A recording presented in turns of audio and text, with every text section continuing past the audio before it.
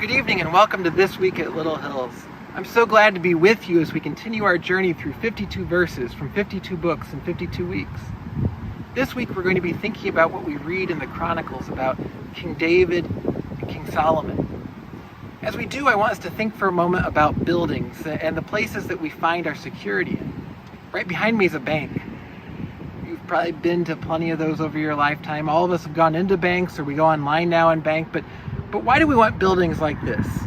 Well, we put the money that we earn into them so that we can feel secure, so that we can feel like our financial future is safe, that it's guaranteed with strong walls and strong insurance. And through that, then we can feel like we have power and authority. We can have the things in the world that we want. But is that really where our security comes from? Even as churches, we often put our security in the building that we build, and right now we're working on preparing our place where we're going to meet as Little Hills Church, and I'm actually going to invite you in just a moment to join me over there for the rest of this message. But as we do that, where are we really finding our security? Is it in those walls and how they look and how they function? Or is it in something more important? When we go over there, we have a cross on the wall. And it's not that cross on the wall that gives us the security. It's not how we drive into the bank either, incidentally. Where is our security?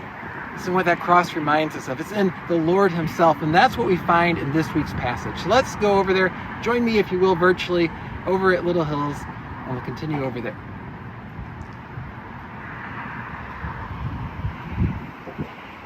Both David and Solomon at times valued the wrong things. But at their best, we see that they pointed us to our God, and where we see our true confidence, where the true value of life is. Take a look at 2 Chronicles chapter 5 as we continue our journey through 52 books.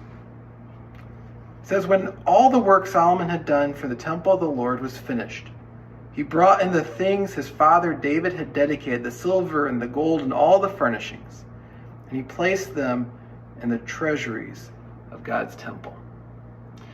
We see a lot there that we might just pass over. Starting with David. David had been told that God wasn't going to allow him to build the temple. David wanted to, but God told him it wasn't his role. But David was also told of God's faithfulness. And so what did David do? At his best, he took the wealth that he had, the success that he had, and he stockpiled things not for his own glory, but that so someday when a descendant of his built that temple, it could be used for God's glory.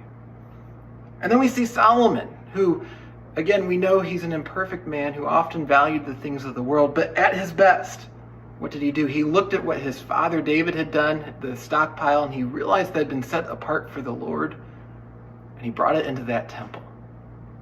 And as we begin our series starting tomorrow at 7, thinking about Solomon's prayer of dedication for the temple, that's the backdrop. Decades, generations, centuries, millennia of God's faithfulness.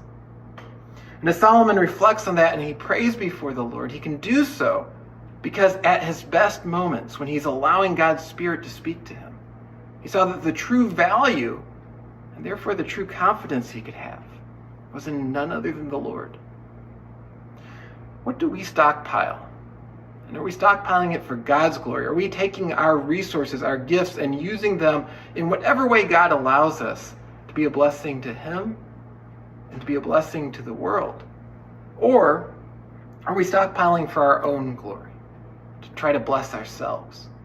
I think here we see a challenge to look at these two flawed men, not perfect men who did some really awful things at times. When they looked to the Lord, they saw what their calling was. And we're called to do the same, to look to our God and see our calling in him and in his faithfulness. And that's what this reminds us of, and that's what we're going to be reminded of more as we go into that series. And that's what we want to be reminded of here at Little Hills as we think about the launch of our in-person worship, the continuing online ministry, all these things.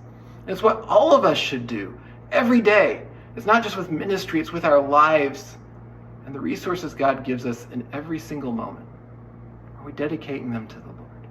May we do that today and every day. If there's any way I can be praying for you this week, I would love to hear from you.